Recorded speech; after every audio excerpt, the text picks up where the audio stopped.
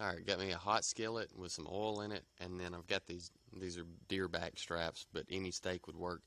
Just get them as dry as you possibly can. Just use a paper towel, blot them off on both sides.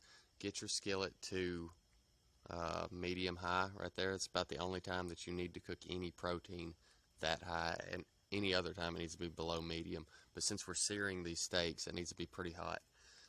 Just put these in on that oil, let them go.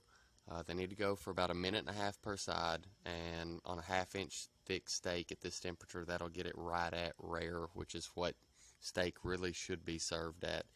Like I said, we'll go a minute and a half this side, flip it over about a minute and a half on the other side, and these things will be done. We'll let them rest for about 10 minutes afterwards. This, I wanted to show you here, is what you're going for when you're drying your steaks. You're getting this crust that you see on top here. If you don't dry your steaks, part of that heat and that initial contact is actually drying the moisture off the outside of your steak, and you're not going to get this crust. So anyway, we'll get these plated up here in just a second. I would normally like to put butter on top of this as it's either resting or cooking on the other side. Just kind of let that run down in, but I didn't have any butter at the time, so I couldn't do that.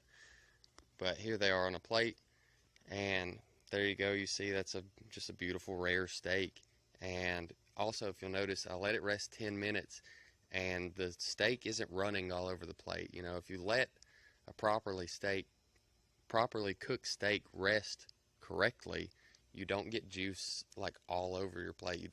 There's no, I mean, it's all in the steak where it's supposed to be. So that's just a good cooked juicy steak. And that's really all there is to cooking good steak in a skillet.